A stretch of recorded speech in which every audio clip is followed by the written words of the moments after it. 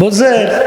মসজিদের মধ্যে যাইয়া সেজদায় পড়ে মালিকের পায়ে কুদরতের উপরে পড়িয়া সুবহান রাব্বিয়াল আলা কইয়া তাসবিহ আদায় করে মালিককে খুশি করার জন্য রুকুর ভিতরে যাইয়া সুবহান রাব্বিয়াল আযীম পড়ে মালিককে খুশি করার জন্য আল্লাহু আকবার, আমার মালিক সর্বদিক থেকে বড়, আলহামদুলিল্লাহ রাব্বিল আলামিন মালিকের প্রশংসা কইরা এরপর মসজিদ থেকে নাইমা এই মানব রচিত তন্ত্রমন্ত্র কুফুরি এদের পক্ষে আবার স্লোগান দিতে যাইয়া বলে, নেতার বলে চরিত্র ফুলের মতো পবিত্র, নামাজ বলে পড়ে না কুপ্ত।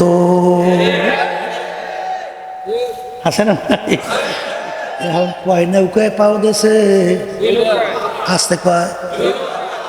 আল্লাহ রাসূল সাল্লাল্লাহু আলাইহি ওয়াসাল্লাম বলেন, হে আমার উম্মতেরা, দুনিয়া এবং আখিরাতের সম্পর্ক কাযুররাতাইন, দুই সতীনের মতো। দুই সতীন এক স্বামী যেরকম একসঙ্গে খুশি রাখতে পারে না, একজন খুশি করলে আর একজন বেজার হবেই, হয় না? হয় না? ঠিক তুমি যদি দুনিয়াকে খুশি করো, আখিরাত বেজার হবেই হবে। আর আখিরাতকে যদি খুশি করো, দুনিয়া বেজার হবেই হবে। একসঙ্গে দুটোটাকে খুশি রাখা যায় না। কিন্তু এ কবরের যাত্রী এমন রাইখো, মাল্লাহুল মাওলা ফালাহুল কুল, যেই বান্দাবান্দি আমার মাওলার রাজি খুশির জন্য রাস্তায় নামবে, দেখা দৃষ্টি মনে হয় বড় বিপদ, আসলে কিন্তু কোনো বিপদ না।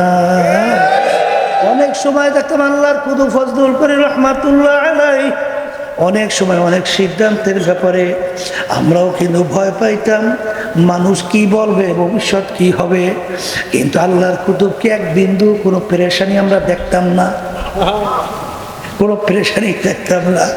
পরবর্তী দেখা গেল আল্লাহর কুতুবের জন্য চলার জন্য আল্লাহ রাব্বুল আলামিন বহুত রাস্তা রহমতের খুইলা দিছে। কি বাস্তবতা আছে না নাই? এই জন্য আমার বাজানদেরকে বলবো, পর্দার আড়ালের মাদুরকে বলবো, আমায় তাওয়াক্কাল আলাল্লাহি ফাহুয়া হাসবুহু, যদি আমার মালিকের উপরে তাওয়াক্কুল কইরা আমার মালিককে রাজি খুশির উদ্দেশ্যে তুমি যদি চলতে পারো, আমার মালিক তোমাকে দুনিয়াতেও সম্মানিত করবে।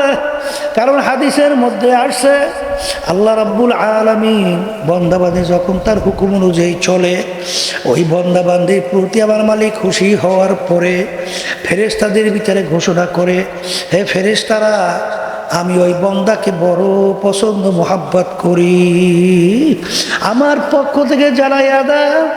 ঠিক এইভাবে বাজান দেখছি কিভাবে মানুষের অন্তরের ভিতরে মাওলায় মোহাব্বত ঢুকায়। আর আমাদের এক দায়িত্বশীল বাজান বরিশাল উজিরপুরে বাজান হিন্দু এলাকা, সেখানে আমাদের প্রার্থী হাত পাখা প্রতীকের, সে যখন নির্বাচনের সময় হিন্দুদের কাছে দাওয়াত নিয়ে গেল, এক বয়স্ক হিন্দু তাকে জোরে সাইপে ধইরে বলতেছে, তুমি কেডা? ওই কালো ফজলুল করিমের লোক। আল্লাহু আকবার।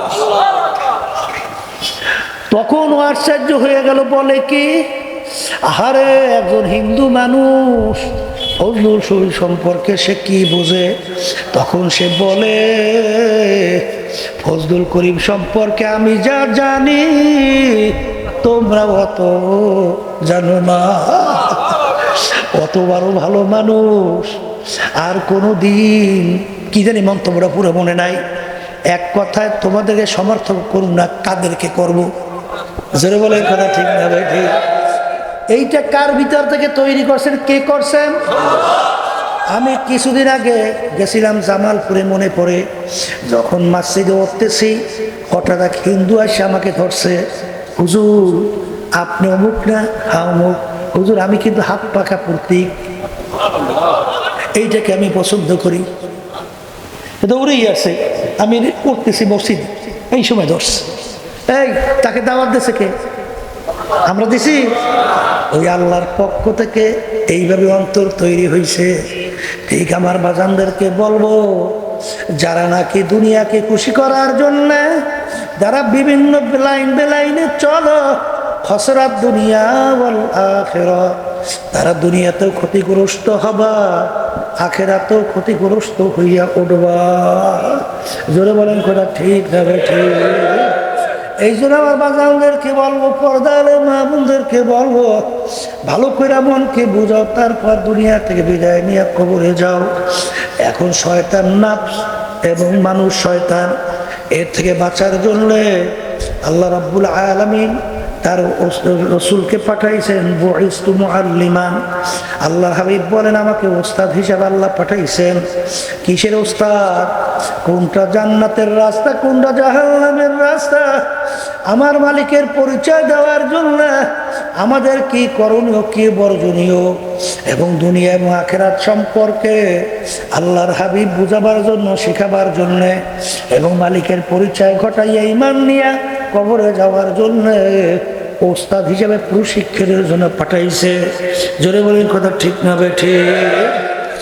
এ কবরের যাত্রীরা, এ পর্দার আড়ালের মা বোনেরা, ভালো করে মনকে বুঝাও, তারপর দুনিয়া থেকে বিদায় নিয়ে কবরে রওনা করো। যারা দুনিয়ার পাগল হয়েছ, সম্পদের পাগল হয়েছ, যারা সম্পদের পাগল, যারা নাকি সম্মানের পাগল, যারা পদের পাগল, যারা ক্ষমতার পাগল, যারা বিভিন্ন কায়দায় কায়দায় পাগল, আমি সেই বাজানদেরকে বলবো, ইতিহাস পড়ো। দুনিয়া কিন্তু শান্তির জায়গা না, আর দুনিয়া দারুল মেহনে ওয়াল বালা, দুনিয়া বালা মুসিবতের জায়গা, কষ্ট ক্লেশের জায়গা। কেউ শান্তি চাইলে পায় নাই, কেউ কোনোদিন পাবে না। এ দুনিয়াদার পাগল আমার বাবারা, যমুনা গ্রুপের মালিক, ওই যে বছর দুয়েক আড়াই তিন করোনা ভাইরাস, আখারে যখন করোনা ভাইরাস আক্রান্ত হইয়া শ্বাস ছাড়তে টানতে কষ্ট হয়, তখন ডাক্তারকে ডাকতে বলে, ডাক্তার তুমি যদি আমার শ্বাস টানা ছাড়ার ব্যবস্থা করতে পারো, আরে তুমি কলম কাগজ নিয়ে আসো, সমস্ত সম্পদ তোমাকে আমি লেখা দেব। কিন্তু আর তো পারলো না, দুনিয়ার সম্পদ তার জায়গায় পড়ে